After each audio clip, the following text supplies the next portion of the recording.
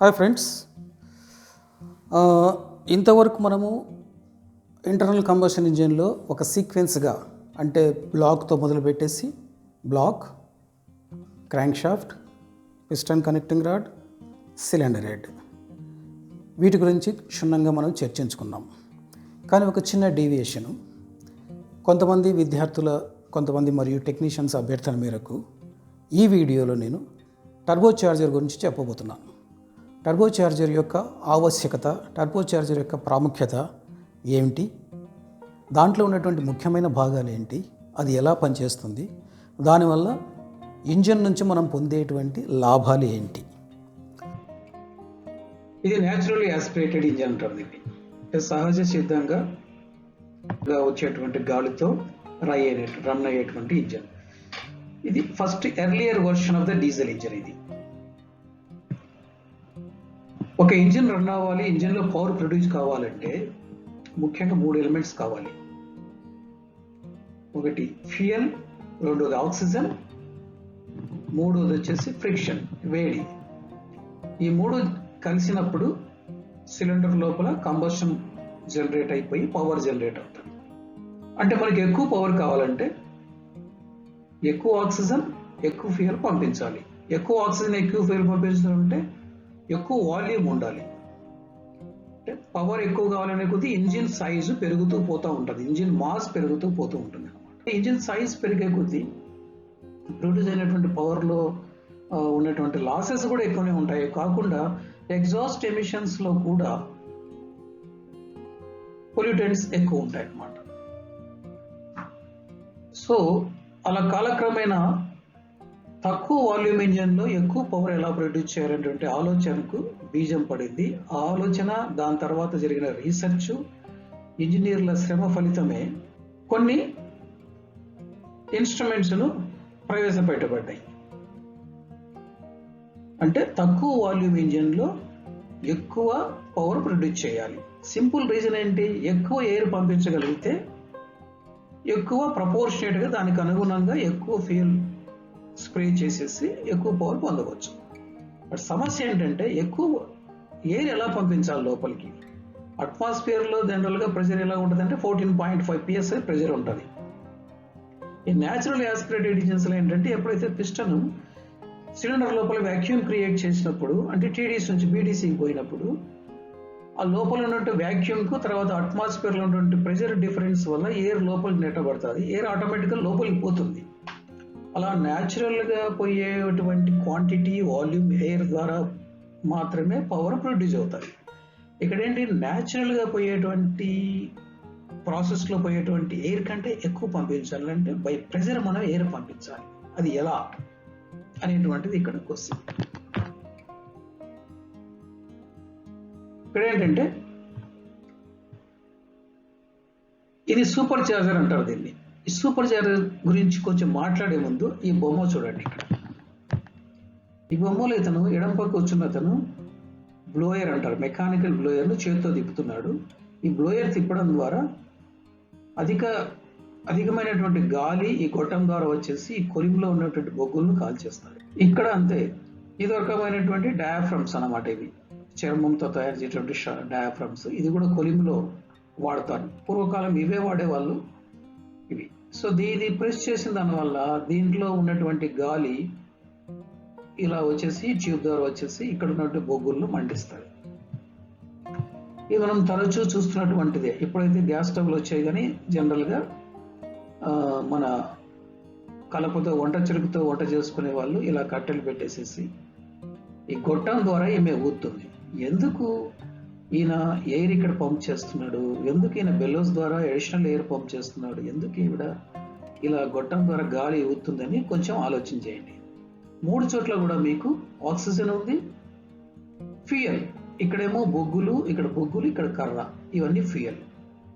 వేడి ఆల్రెడీ రాజింపజేసి ఉంది. సో న్యాచురల్గా వదిలేస్తే మండుతూనే ఉంటాయి, బొగ్గులైనా మండుతూ ఉంటాయి, ఈ కర్ర అయినా మండుతూ ఉంటుంది. But still why they are blowing the additional air? Because same ప్లేస్లో వాళ్ళకి they want more energy, more heat energy. ఈ ఏదైతే ఉన్నాయో ఇక్కడ ఈ రాడ్స్ కానీ మెటల్ రాడ్స్ కానీ హీట్ కావాలంటే మోర్ హీట్ ఎనర్జీ అవసరం. మోర్ హీట్ ఎనర్జీ అయ్యేదానికి బొగ్గులు కానీ ఫ్యూయల్ కానీ దండిగా ఉంది. But what else they require, ఇంకా ఏం కావాలంటే ఎక్కువ ఆక్సిజన్ కావాలి. ఆ ఎక్కువ ఆక్సిజన్ పంపు చేయడానికే ఇక్కడ ఉన్నట్టు బ్లోయరు, ఇక్కడ ఉన్నటువంటి ఒక డయాఫ్రమ్ బ్లోయరు, ఇక్కడ ఏమో గొట్టం ఇది కూడా బ్లోయింగ్ అన్నమాట, ఊగుతా ఉంది అన్నమాట. సింపుల్ ఫార్ములా అంటే ఎక్కువ ఆక్సిజన్ పంప్ చేసేసి ఉన్నటువంటి ఫ్యూయల్ ఇక్కడ ఏదైతే ఉందో దాన్ని ఎక్కువగా మండింపజేసి ఎక్కువగా ఎనర్జీ పొందిన దానివల్ల తొందరగా వంట అవ్వడము, తొందరగా ఈ రాడ్ వేడెక్కడం జరుగుతూ ఉంది. బహుశా ఇది కూడా ఒక ఇన్స్పిరేషన్ ఏమో ఈ సూపర్ చార్జ్ అనేటువంటిది తయారు చేయడానికని మనం అనుకోవచ్చు. ఎలాగంటే ఈ సూపర్ చార్జ్ ఎలా ఉంటుందంటే, సూపర్ చార్జ్ ఒక పెద్ద హౌసింగ్లో ఉంటుంది. ఇందులో 2 రోటర్స్ ఉంటాయి, ఒక స్క్రూ కంప్రెసర్ లాగా. ఇవన్నీ లోబ్స్ అంటారు వీటిని. ఇదొకటి ఒకదానికొకటి కంటిన్యూగా మెష్ అయి ఉంటుంది. ఇది ఇంచుమించుగా స్క్రూ కంప్రెసర్ అలాగా ఉంటుంది, అదే డిజైన్లో ఉంటుంది. ఒకదానికి ఏమో షాఫ్ట్ వచ్చేసి ఈ పుల్లీ కనెక్ట్ చేయబడి, ఈ పుల్లీకి డ్రైవ్ క్రాంక్ షాఫ్ట్ ద్వారా కానీ ఇంకో కాంపోనెంట్ ద్వారా కానీ బెల్ట్ ద్వారా వస్తాయి. కొన్ని సూపర్ చార్జర్స్కి ఈవెన్ గేర్ ద్వారా కూడా వస్తూ ఉంటాయి. ఓకే, ఎనీహౌ మెకానికల్ కనెక్షన్ ద్వారా ఇక్కడ వీటికి డ్రైవ్ వస్తుంది.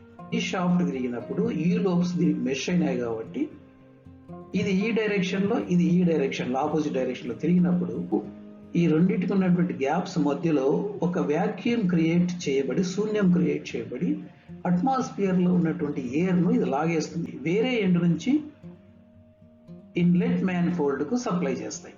అంటే ఇక్కడ ఎయిర్ ప్రెషర్ పెంచుతూ ఉంది, ఎయిర్ క్వాంటిటీ పెంచుతూ ఉంది. ఓకే, వాల్యూమ్ తక్కువగా ఉన్నా సరే more amount of air by taking from the atmosphere. So ఎక్కడైతే ఈ విధంగా తిప్పుతూ పంపిస్తున్నాడో, ఎక్కడైతే ఇక్కడ బెల్లర్స్ ద్వారా పంపిస్తున్నాడో అట్లా ఈ విధంగా ఇది ఇంజిన్లోకి పంపించినప్పుడు దానికి అనుగుణంగా ప్రపోర్షనేట్గా డీజిల్ స్ప్రే చేసి ఆ ఎయిర్ని ఇగ్నైట్ చేసినప్పుడు న్యాచురల్గానే ఎక్కువ ఎయిర్ పోయింది, ఎక్కువ ఫ్యూయల్ ఇగ్నైట్ చేశాం కాబట్టి న్యాచురల్గా ఎక్కువ పవర్ జనరేట్ అవుతుంది. అయితే ఈ సూపర్ చార్జెస్ కొంతకాలం వాడిన తర్వాత ఇందులో కొన్ని కన్స్ట్రైంట్స్, కొన్ని ఇబ్బందులు ఉన్నాయి. న్యాచురల్గానే డెఫినెట్గా న్యాచురల్లీ యాస్పిరేటెడ్ ఇంజిన్ మీద సూపర్ చార్జ్డ్ ఇంజిన్ ఎక్కువ పవర్ ఇస్తుంది, అందులో డౌట్, సందేహం లేదు. కానీ ఇందులో ఉన్నటువంటి కన్స్ట్రైంట్స్ ఏంటంటే, ఫస్ట్ ఆఫ్ ఆల్ ఇది వచ్చేసి మెకానికల్ డ్రైవ్ ద్వారా దీనికి డ్రైవ్ వస్తుంది. అంటే there are some friction and power losses. రెండవది this is very heavy in size. తర్వాత దీని వెయిట్ కూడా ఎక్కువ ఉంటుంది. ఈ లోబ్స్ చూడండి, ఈ బేరింగ్స్, ఈ షాఫ్ట్స్, ఈ హౌసింగ్, ఇవన్నీ.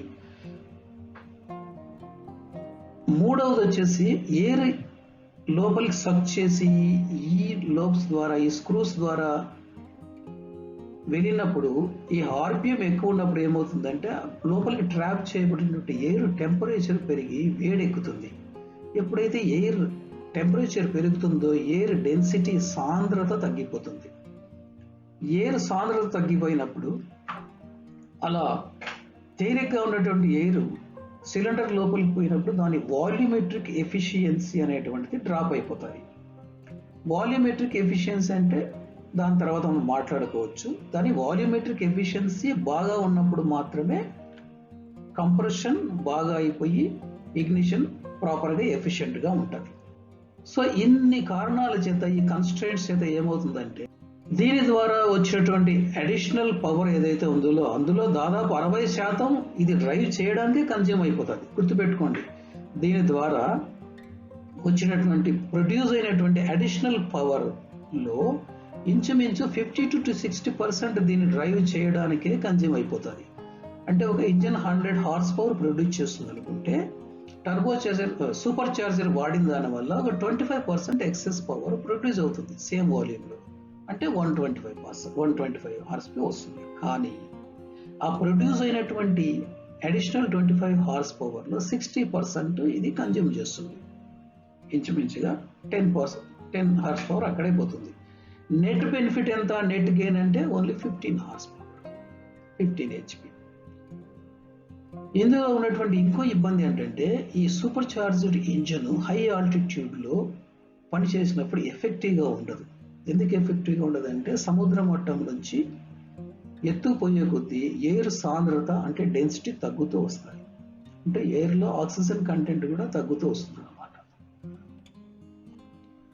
సో ఇటువంటి కన్స్ట్రెంట్స్ నుంచి అధిగమించాలని చెప్పి ఇంకా ఏంటి లేటెస్ట్గా డెవలప్మెంట్ కావాలి, లేటెస్ట్ డెవలప్మెంట్ ఎలా అని ఆలోచన చేసేసి అన్నమాట ఇంకొక కాంపోనెంట్ కనబడింది, అదే turbo charger.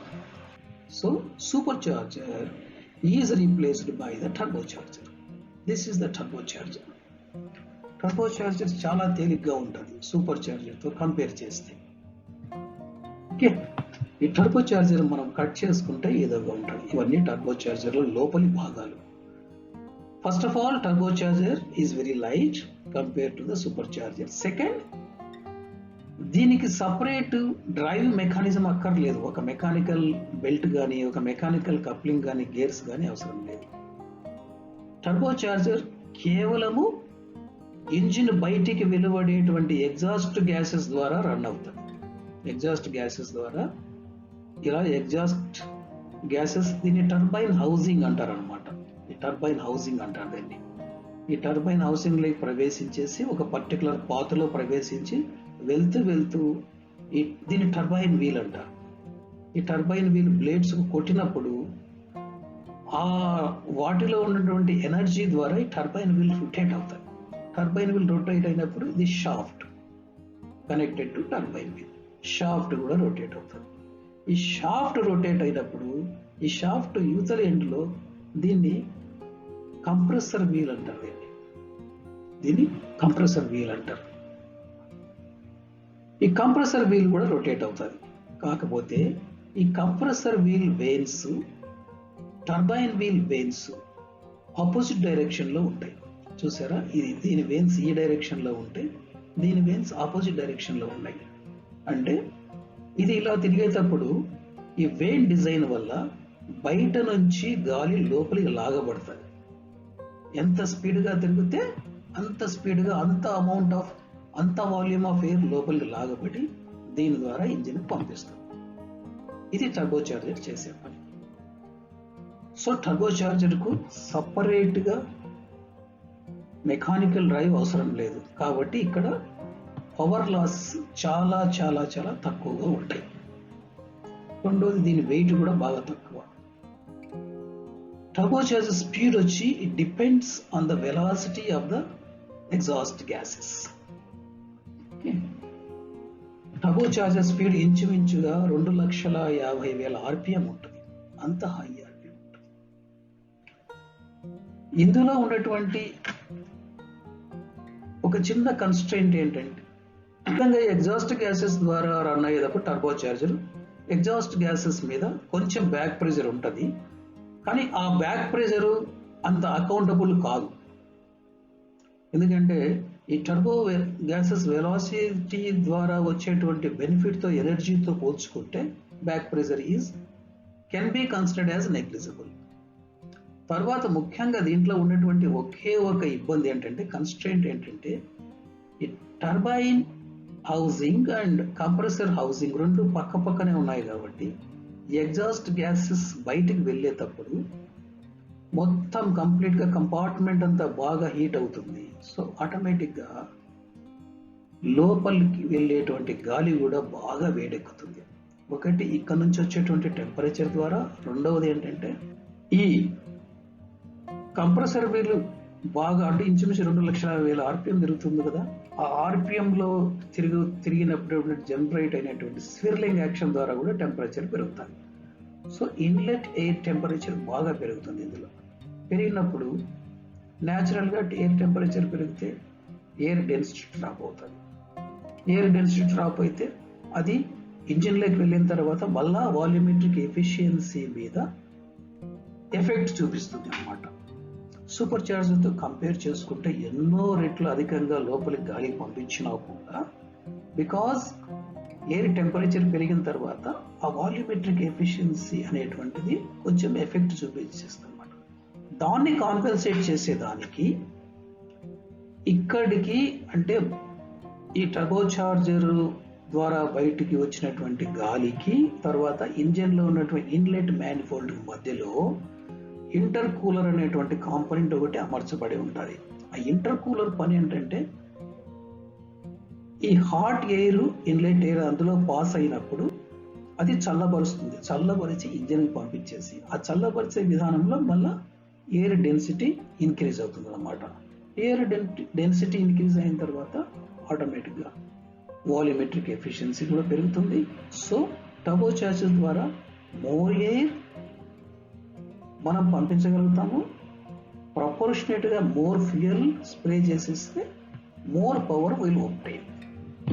The losses on account of turbocharger is very minimum compared to the losses on account of the supercharger. Turbocharger and aftercooler combination ద్వారా ఇంచుమించుగా 30% పవర్ గెయిన్ ఉంటుంది మనకు. వేరే సూపర్ చార్జర్లు అయితే హార్డ్లీ 12 to 15%. ఇక్కడ ఇంచుమించుగా 30% gain in the power. Turbo charger ఎలాగా పనిచేస్తున్నటువంటిది మనం ఈ యానిమేషన్లో చూడొచ్చు. ఇది లోపల సిలిండర్ లోపల జరిగేటువంటి పని. ఇక్కడ నుంచి ఎగ్జాస్ట్ గ్యాసెస్ ఇలా వచ్చి ఎగ్జాస్ట్ మ్యానిఫోల్డ్ ద్వారా టర్బైన్ హౌసింగ్ ఇందాక ఎక్స్ప్లెయిన్ చేశాం కదా, అలా వెళ్తూ టర్బైన్ వీల్ తిప్పుతూ బయటకు వెళ్తూ ఉంటాయి. టర్బైన్ వీల్ తిరుగుతుంది, కంప్రెసర్ వీల్ కూడా తిరుగుతుంది. కంప్రెసర్ వీల్ తిరిగినప్పుడు ఎయిర్ లోపలికి లాగపడుతుంది. ఇట్లాగా కొంచెం ఎయిర్ టెంపరేచర్ ఇక్కడ పెరుగుతుంది అనుకున్నాం కదా, ఇది ఇంటర్ కూలర్. ఇంటర్ కూలర్ ద్వారా పాస్ అయ్యి there are different types of intercoolers again. Air to air intercooler అని, air water to air intercooler అని రకరకాలుగా ఉన్నాయి. అది సపరేట్ సబ్జెక్ట్, మనం మళ్ళీ మాట్లాడుకుందాం.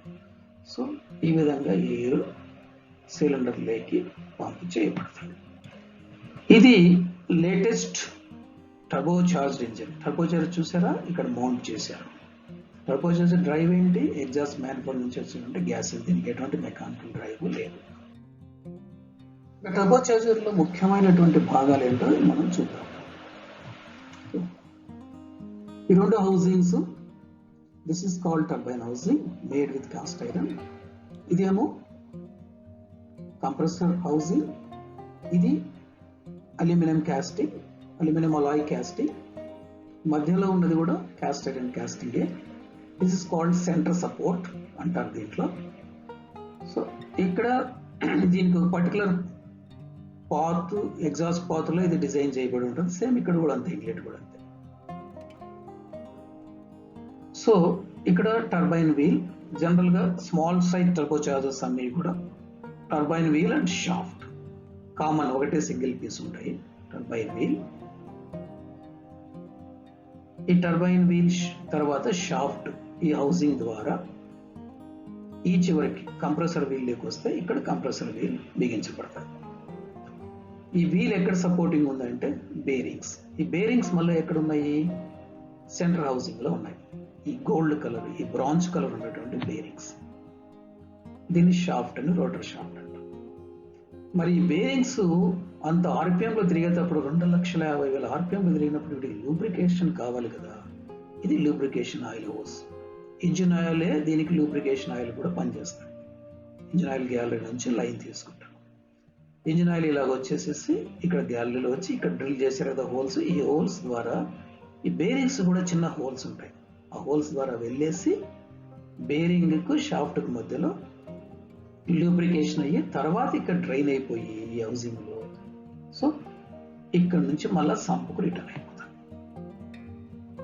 నెక్స్ట్ ఈ ఆయిల్ ఇటు నుంచి ఇటు పక్కకు లీక్ కాకుండా ఉండాలంటే, ఇటు పక్క నుంచి ఇటు పక్కకు లీక్ కాకుండా ఉండాలంటే ఇక్కడ సీల్స్ ఉంటాయి. ఇక్కడ చూసారా, ఈ రెండు సీల్స్ రింగులాగా ఉన్నాయి. సో ఈ సీల్ ఫెయిల్ అయిపోతే ఎగ్జాస్ట్ గ్యాసెస్ ఇలా వచ్చేసేసి ఈ సీల్స్ ని బర్న్ చేస్తాయి. సేమ్ ఇక్కడ సీల్స్ అంటే ఈ ఇన్లెట్ ఎయిర్ ఇటు పోకుండా కానీ, ఈ ఆయిల్ ఇటు రాకుండా కానీ, ఇది ఒక సీల్. ఇది turbo charger construction.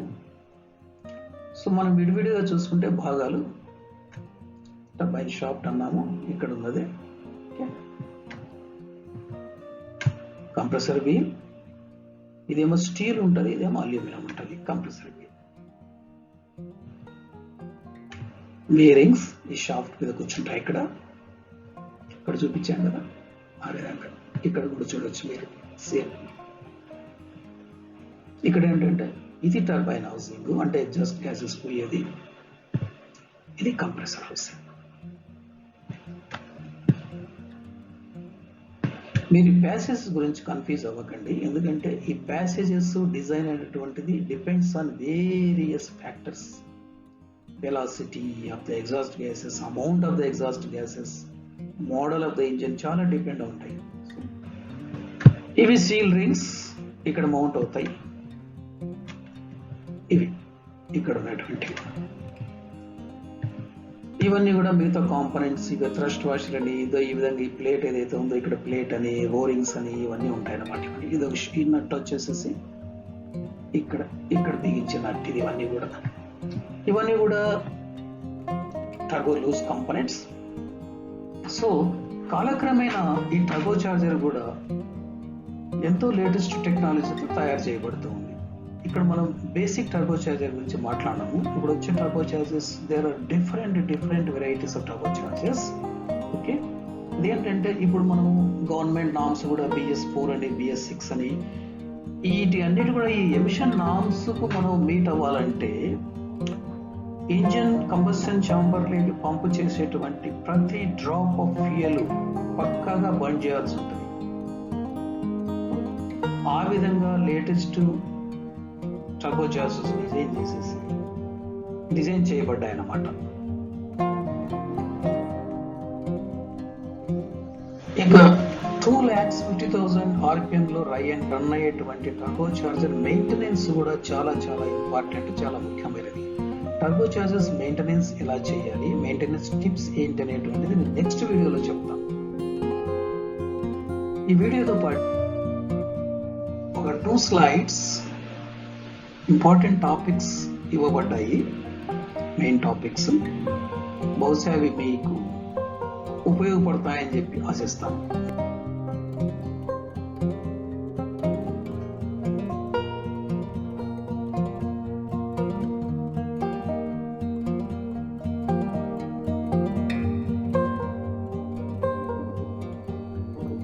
So friends, ఈ వీడియో కంటెంట్స్ మీకు ఉపయోగపడతాయని ఆశిస్తాను.